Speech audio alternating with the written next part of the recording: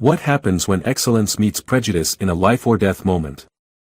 Elijah Johnson arrived at prestigious Westlake Memorial Hospital with impeccable credentials and 10 years of specialized emergency care experience. But from day one, the arrogant Dr. Maxwell made it clear, this black nurse would never be part of his elite trauma team, regardless of qualifications. When tragedy strikes during a hospital charity gala, worlds collide in the trauma room as a young man's life hangs in the balance. Will expertise finally triumph over prejudice?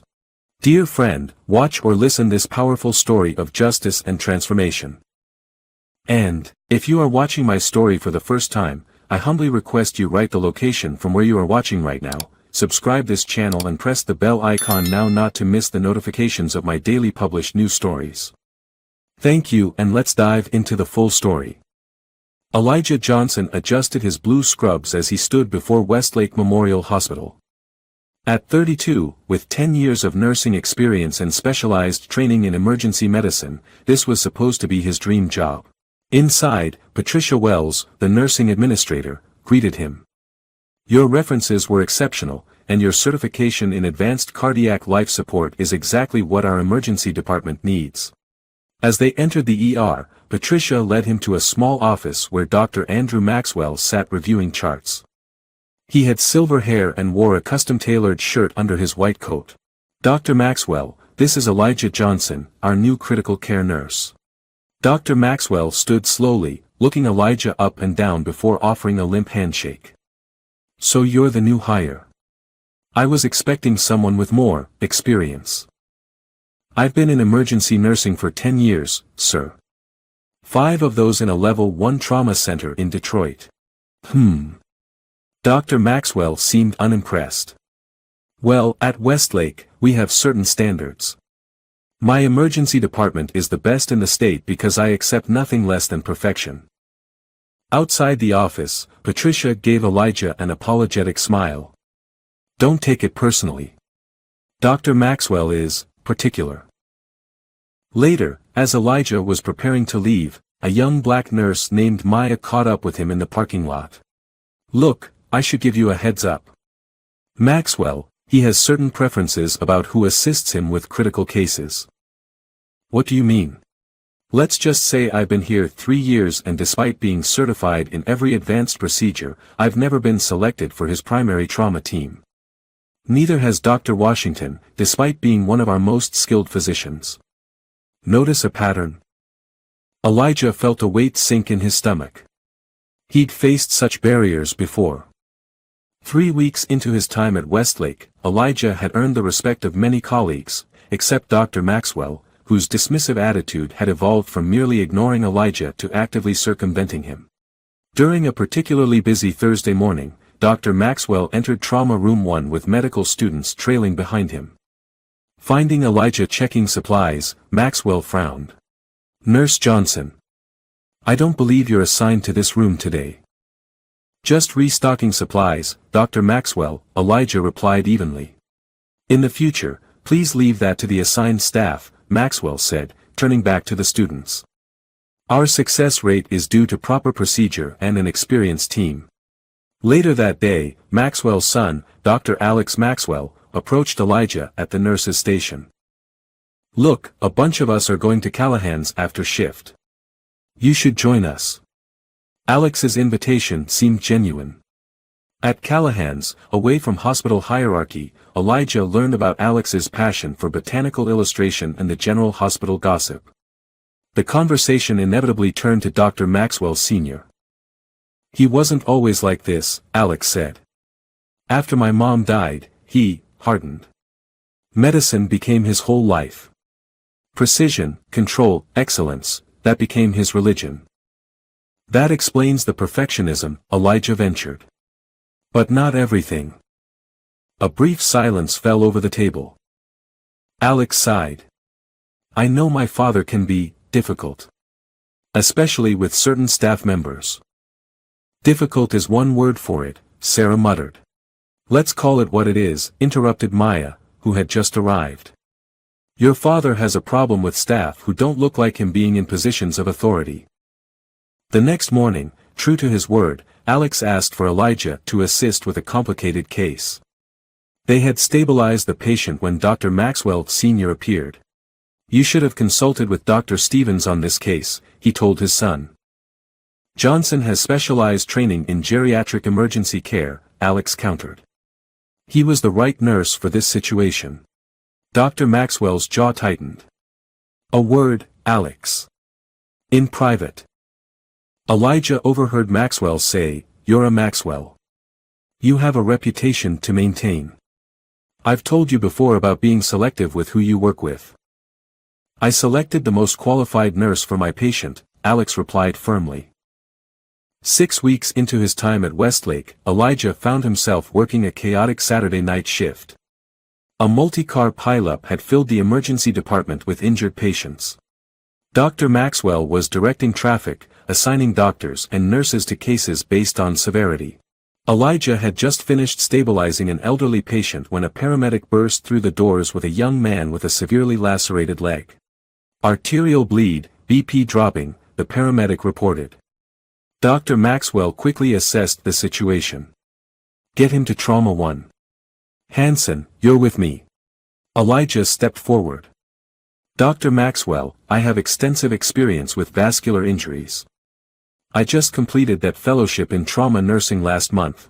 Maxwell barely glanced at him. "Hansen, now." Minutes later, a commotion erupted from Trauma 1. Through the glass, Elijah could see Dr. Maxwell shouting orders, his movements increasingly frantic as monitors alarmed. Without waiting for an invitation, Elijah pushed through the doors. The patient's blood pressure was plummeting. Dr. Maxwell was attempting to clamp the bleeding vessel, but the damage was extensive. "Get out, Johnson."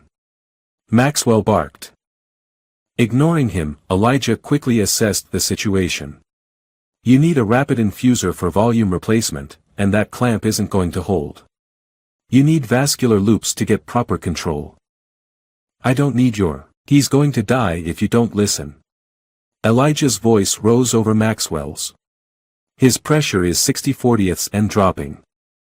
"Johnson's right," came Alex's voice from the doorway. "Dad, we need his help. Now." Dr. Maxwell finally relented. "Fine. Johnson, take over the fluid resuscitation." For 20 minutes, they worked together to stabilize the young man. With Elijah managing the patient's fluid status and suggesting technical modifications, they gradually stabilized him for transfer to surgery. The next morning, Elijah found a note from Patricia Wells, "See me before your next shift." When he arrived that afternoon, Patricia explained that Dr. Maxwell had filed a formal complaint about insubordination. However, she continued, "I've also received statements from 6 other staff members who were present, including Dr. Alex Maxwell, all stating that your intervention was not only appropriate but likely saved the patient's life. So I'm just supposed to accept it? Let patients suffer because of his ways?" "No," she said firmly. "I'm transferring you to the trauma response team directly. You'll still work in the ER, but you'll report to Dr. Reed, not Dr. Maxwell." 2 days after the confrontation, Elijah was adapting to his new role on the trauma response team. Dr. Reed had welcomed him enthusiastically, appreciating his specialized skills. That Saturday, Elijah attended the hospital's annual Hope Gala fundraiser. During dessert, an emergency alert came through, multiple drownings at the high school swimming championships. Arriving at the hospital, Elijah found controlled chaos as teams prepared for the incoming trauma.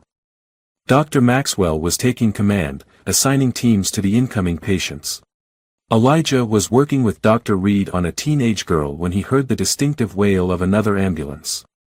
Through the emergency department windows, he saw paramedics rushing with a stretcher carrying a young man who looked eerily familiar.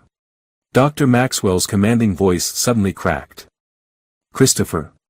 The patient was indeed Christopher Maxwell, his lips blue, his body limp as paramedics performed CPR.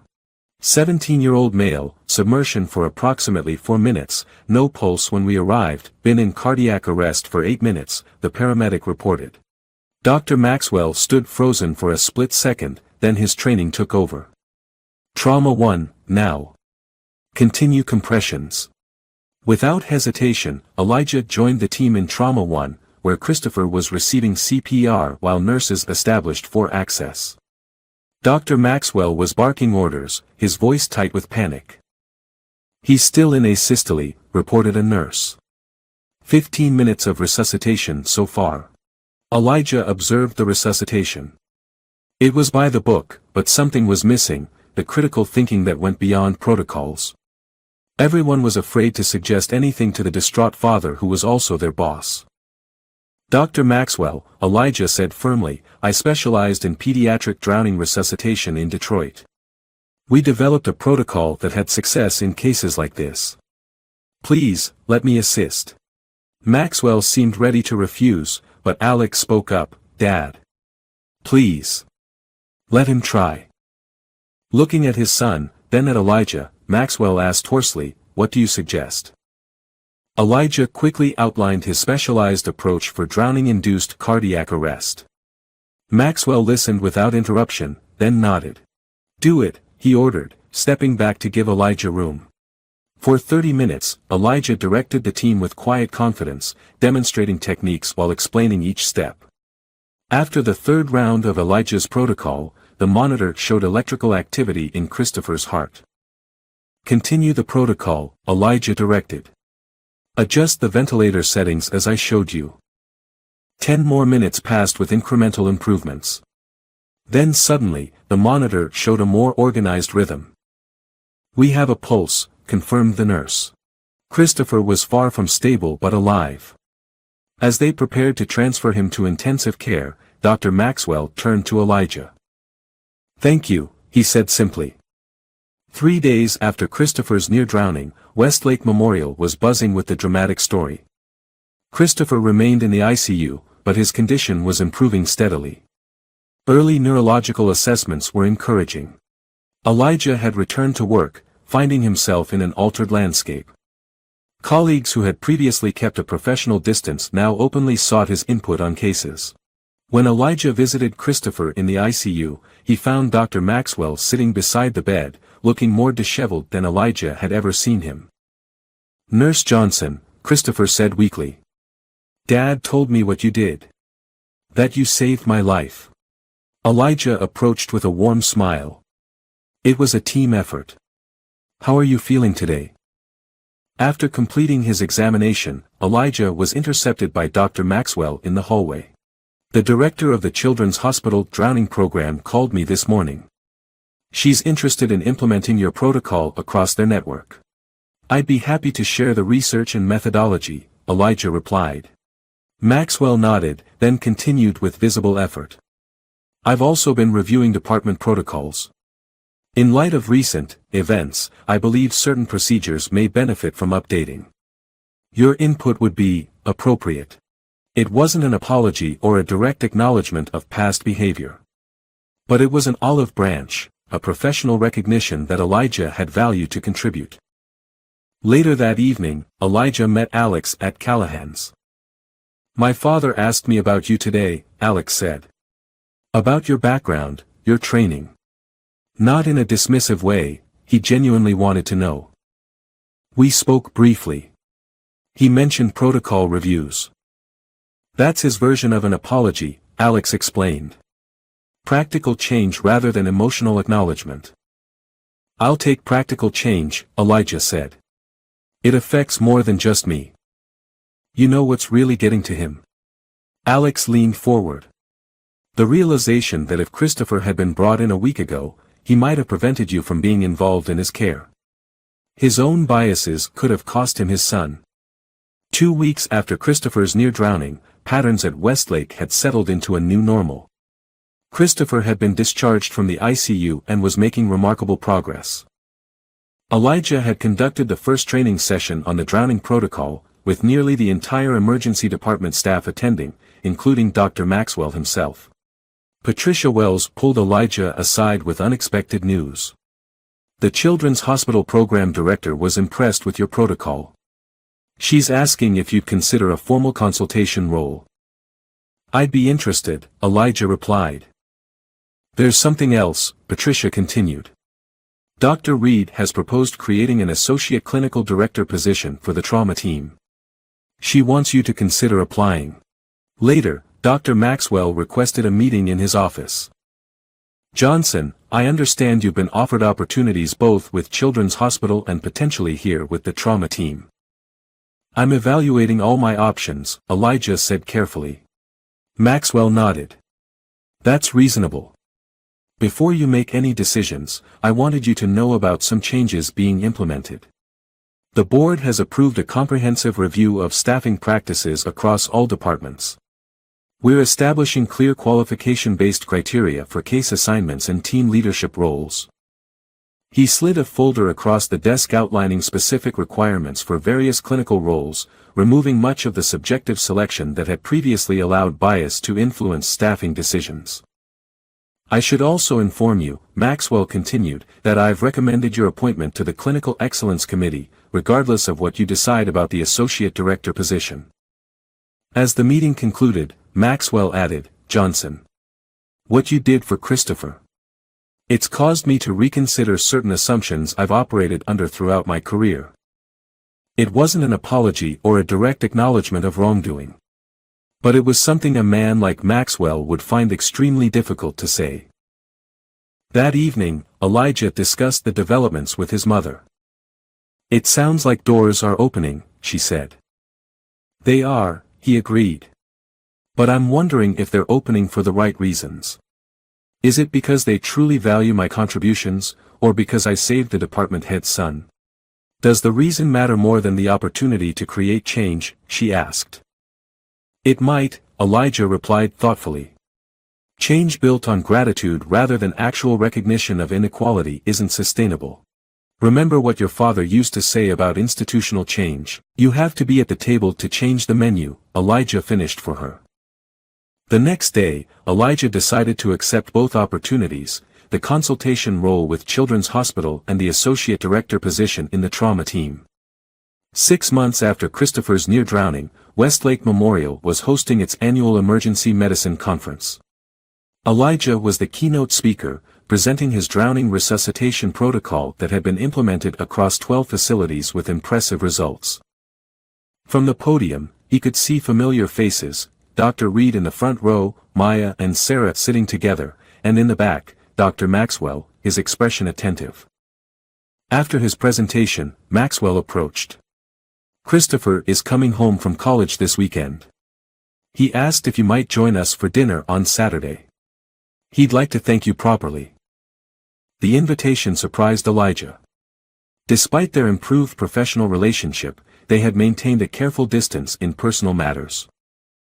I'd be honored, he replied sincerely. Saturday evening found Elijah at the Maxwell home. Christopher greeted him warmly. I've been wanting to say this properly, Christopher said during dessert.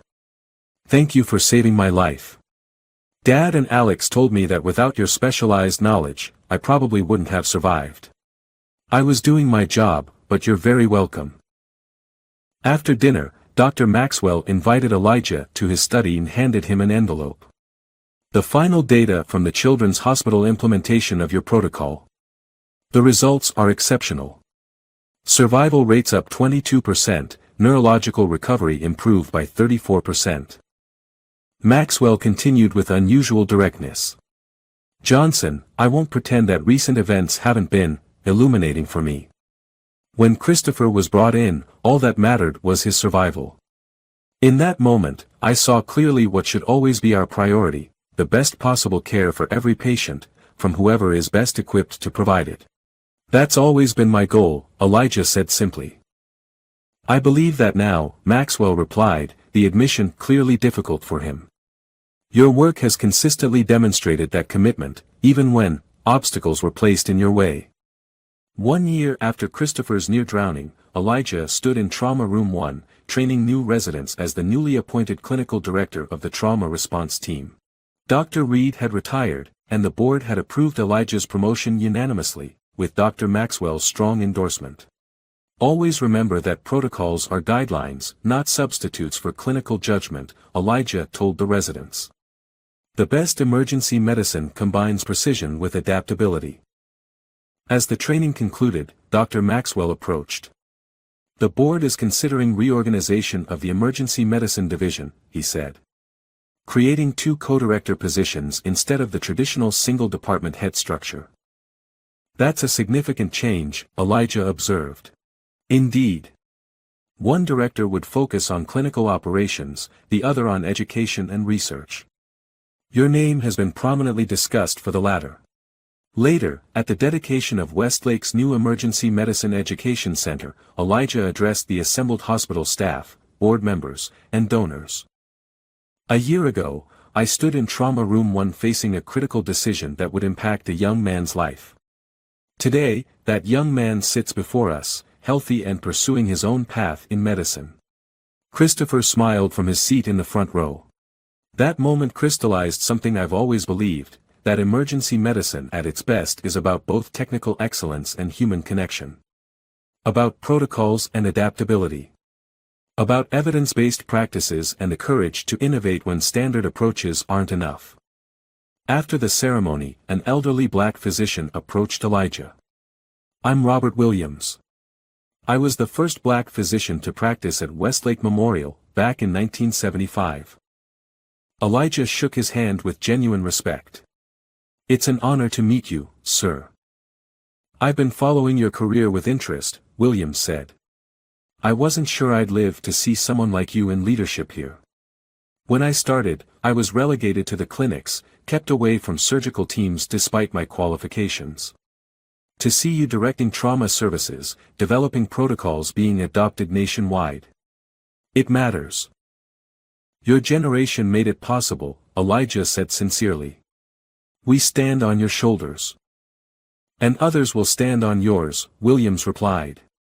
"That's how progress happens, not all at once, but through persistent effort across generations." The next morning, Elijah found Dr. Maxwell reviewing departmental data. "I've been reflecting on something you said months ago, about how patients can't wait for the next generation, that they need the best care now." Maxwell continued, "The evidence is clear. Diverse teams consistently deliver better patient outcomes across multiple metrics. It's not ideology, it's data." For Maxwell, framing this as clinical evidence rather than social justice provided a way to reconcile long-standing beliefs with emerging understandings. That afternoon, Elijah met with students from underserved communities participating in Westlake's new healthcare career pipeline program, an initiative he had helped develop. As he shared his experiences and answered their questions, Elijah felt a deep sense of purpose in this work of bridge building between past struggles and future possibilities. One life saved in Trauma Room 1 had catalyzed changes that now rippled outward, touching countless others through improved protocols, more equitable systems, and expanded opportunities. It wasn't the end of the journey. Institutional transformation never truly ended, but it was meaningful progress. And in emergency medicine, where every moment counted, progress meant lives saved, talent utilized, and a healthcare system better equipped to serve all who needed it. 1 month after the Education Center dedication, Elijah was navigating the complexities of his expanded role at Westlake. Though progress was evident in many areas, challenges remained. In his office, Maya approached with a troubled expression. "Got a minute?" "Of course. What's up?" "Dr. Winters rejected my request to lead the sepsis initiative, then assigned it to Thompson, who has 2 years less experience than me and no specialized training in infection protocols." Dr. Winters was one of the senior physicians who had been notably resistant to the cultural shifts happening within the hospital. "The Clinical Excellence Committee is reviewing department leadership assignments next week," Elijah told her. "I can raise the issue without naming names." Maya nodded, though her expression remained skeptical. "It's just frustrating. All this talk about qualification-based assignments, but some departments are business as usual. Change isn't uniform," Elijah acknowledged. "And some aren't moving at all," she countered. "Look, I appreciate what you're trying to do from the inside. But don't forget what it's like out here where the rest of us are still fighting the same old battles." Her words stayed with Elijah throughout the day. Was he losing touch with the daily realities faced by colleagues without his newfound influence? Later, Alex provided insight about Dr. Winters. He's technically brilliant, but his views on who belongs in leadership roles are stuck in about 1980. So what's the solution? Wait for retirement? Sometimes. But other times, the right pressure points can accelerate change. Alex leaned forward. The hospital is bidding for a major federal research grant on antibiotic resistance. Winters is leading the application. One of the evaluation criteria is diversity in research leadership. Interesting timing for Maya to be excluded from the sepsis initiative, Elijah noted. Very interesting, Alex agreed. Especially since her research would be directly relevant to the grant objectives. During Elijah's meeting with Patricia Wells, he carefully raised the issue, framing it as a pattern rather than an isolated incident. He mentioned the federal grant application. It would be unfortunate if our application didn't highlight all our qualified staff with expertise in the focus areas. Patricia studied him. This is about Chen and Winters, isn't it? It's about ensuring our staffing decisions align with our stated qualification-based policies, particularly when they impact institutional priorities. I'll review the infectious disease department assignments before the grant application goes out, she promised. The next day, Maya approached Elijah with news. Winters called me to his office this morning. Suddenly he thinks my sepsis research might be valuable to the department's strategic initiatives. I'm now co-leading the sepsis protocol development team. That sounds like a good fit for your expertise, Elijah replied diplomatically. Thanks for having my back. And for doing it in a way that didn't make things harder for me. Later that week, Elijah received an unexpected text from Christopher Maxwell, asking to meet. In the hospital cafe, Christopher shared his news. I've decided to focus my medical studies on emergency medicine, with a specialization in resuscitation science. I want to continue developing protocols like yours. That's a challenging but rewarding path, Elijah replied. I'm writing my undergraduate thesis on bias in medical protocol development, how certain patient populations get overlooked in research. I was hoping you might advise me. The request was deeply meaningful, Maxwell's son asking Elijah to guide research examining systemic biases in medicine. I'd be honored to advise your work, Elijah said sincerely. As he left the meeting, Elijah reflected on the generational shifts taking place. Dr. Williams had broken initial barriers decades ago. Elijah and his contemporaries were now advancing into leadership positions. And Christopher's generation was poised to address systemic issues more directly, without the same entrenched resistance. Progress wasn't linear or guaranteed. But moments like this, a young medical student explicitly studying bias in medicine with the support of diverse mentors, represented real evolution. 1 year to the day after Christopher Maxwell's near drowning, Elijah stood in Trauma Room 1, training new residents on emergency protocols. The room had been updated with state-of-the-art equipment, much of it acquired through Elijah's recommendations. The hospital's CEO approached Elijah after a committee meeting. Maxwell mentioned you're being considered for the new co-director position. It would be a significant step, the first time our emergency medicine division has had such diverse leadership. I'm honored to be considered, Elijah replied diplomatically. Good. Because the future of this institution depends on leaders who can navigate both clinical excellence and changing healthcare demographics. That afternoon, Elijah received a message that a new nurse wanted to meet him. The young black man looked vaguely familiar. I'm Marcus Williams. You spoke at my nursing school graduation last year. Elijah remembered, a community college nursing program that served many first-generation healthcare students. Your talk inspired me to pursue emergency nursing. When I heard Westlake was implementing new mentorship programs for diverse staff, I applied immediately. Marcus smiled somewhat nervously. I'm hoping to specialize in trauma care eventually. We can always use dedicated trauma nurses, Elijah told him warmly. Stop by my office later this week. I can point you towards some specialized training opportunities. As Marcus rejoined his orientation group, Elijah was struck by the full-circle nature of the moment. His own journey at Westlake had begun with closed doors and battles for basic recognition. Now he was in a position to help open doors for others coming after him. At a departmental meeting the following week, Dr. Maxwell made an unexpected announcement. Effective next month, our department will transition to a co-directorship model. I'll continue overseeing clinical operations, while Dr. Johnson will lead our education and research initiatives. The room fell silent with surprise. It was the first time Maxwell had used the title doctor when referring to Elijah, a small but significant acknowledgement of his professional status. After the meeting, as staff dispersed, Maxwell approached Elijah. My retirement is still a few years away, but the board wanted succession planning to begin now.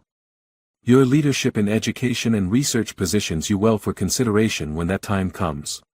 It was a remarkable statement from a man who had once refused to let Elijah assist on critical cases. Later that evening, as Elijah was preparing to leave, he encountered Marcus again. The young nurse was observing a complex procedure, his face intent with concentration and eagerness to learn. Elijah remembered Dr. Williams' words, "That's how progress happens, not all at once, but through persistent effort across generations." He thought about Christopher Maxwell, studying bias in medical protocols. About Maya, now leading sepsis research initiatives. About the pipeline program bringing students from underserved communities into healthcare careers.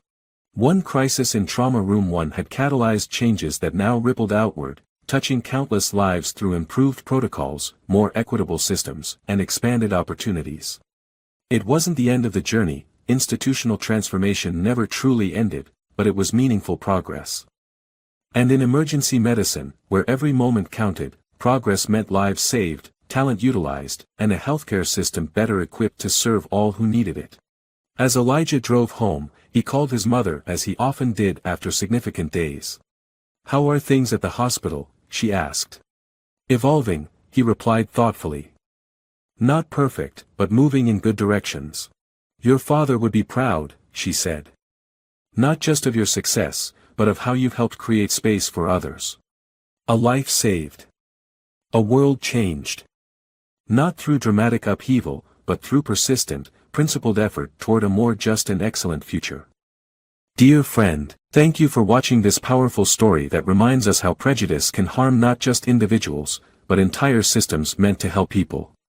In healthcare and beyond, talent and expertise come in all forms, and overlooking someone's abilities because of their appearance doesn't just hurt them, it hurts everyone who could benefit from their skills. If this story moved you, please hit that like button. Your support helps us continue creating content that entertains while addressing important social realities we all face. Subscribe to our channel for more compelling stories that challenge perspectives and inspire conversations about the world we share. Together, we can create a society where excellence is recognized regardless of what someone looks like.